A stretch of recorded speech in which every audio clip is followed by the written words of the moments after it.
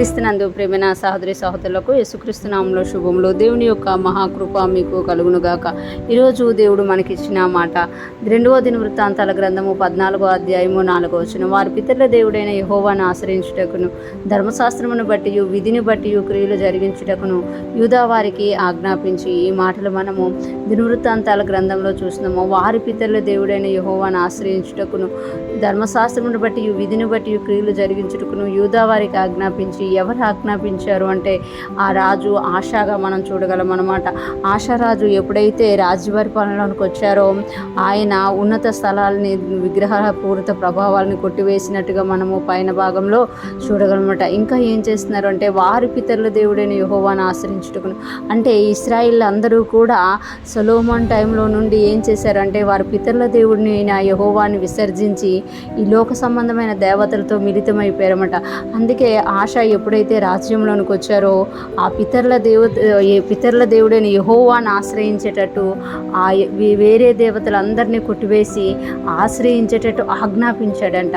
అంతేకాకుండా ధర్మశాస్త్రమును బట్టి విధిని బట్టి క్రియలు జరిగించుటకును దేవుడైన యెహోవాను ఆశ్రయించడమే కాకుండా ఆయన ఇచ్చిన ధర్మశాస్త్రమును బట్టి అంటే ఆయన ఇచ్చిన వాక్యమును బట్టి విధిని బట్టి అంటే ఏం చెయ్యాలి ఏం చేయకూడదనే విధులను బట్టి క్రియలు జరిగించుటకు అంటే వాక్యం వినడమే కాకుండా వాక్యానుసారంగా జీవించేటట్టు వాక్యానుసారంగా ప్రవర్తించేటట్టు అలాగ క్రియలు జరిగించేటట్టుగా యూదా వారికి ఆజ్ఞాపించారంట.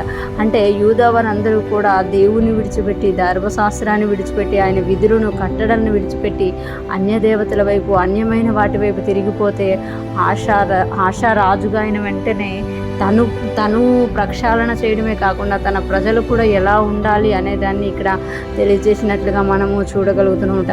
దేవుణ్ణి ఆశ్రయించాము అనుకున్నప్పుడు దేవుడు పెట్టిన వాక్యానుసారంగా దేవుడు పెట్టిన విధుల ప్రకారంగా మనము పనులు చేసేవారంగా ఉండమట. చాలామంది దేవుణ్ణి ఆశ్రయిస్తారు కానీ దేవుడిచ్చిన వాక్యానుసారంగా జీవించరు. దేవుడు పెట్టిన ధర్మశాస్త్ర ప్రకారం దేవుడు పెట్టిన విధుల ప్రకారం ఆ క్రియలు ఉండవన్నమాట. అందుకే కొన్నిసార్లు విసర్జింపబడిన స్థితిలో మనము ఉంటాము. ఈరోజు ఫ్రెష్ మనం వింటున్న ప్రతి ఒక్కరూ జ్ఞాపకం చేసుకోవాలి. మనము దేవుణ్ణి ఆశ్రయించే వారంగా కాకుండా ఆయన చెప్పిన వాక్యానుసారంగా జీవించడానికి ఇష్టపడేటట్టు ఆయన ఏం చేయమంటున్నారో అది చేసేవారంగా ఏది వద్దంటున్నారో అది మానేవారంగా ఉన్నప్పుడు దేవుడు తన కృపను ఆశీర్వాదాన్ని మన మీద ఉంచుతారన్నమాట. మనము నిత్య జీవమును పొందుకున్నట్టుకు వారసులం అవడమే కాకుండా అనేక మందిని ఆ నిత్య జీవంలోనికి తీసుకొని వచ్చే వారంగా ఉంటాము. ఇక్కడ ఎప్పుడైతే ఆశారాజు దేవుణ్ణి ఆశ్రయించారో ఆయన ఆశీర్వదింపబడినట్లుగా చూడగలం. యుద్ధంలో జయం పొందినట్టు నెమ్మది పొందినట్టు మనము చూడగలం అనమాట. ఈరోజు ఫ్రెష్ మనం ఉంటున్న ప్రతి ఒక్కరం కూడా మన దేవుణ్ణి ఆశ్రయించి మన దేవుడిచ్చిన వాక్యానుసారంగా ఆయన చెప్పినట్టుగా మన పనులు జరుపుకుంటూ దేవునికి మహిమకరముగాను ఈ లోకంలో అనేక మందికి ఆశీర్వాదకరముగాను ఉందుముగాక. దేవుని కృప మనకు తోడయుండి నడిపించునుగాక. ఆమేన్.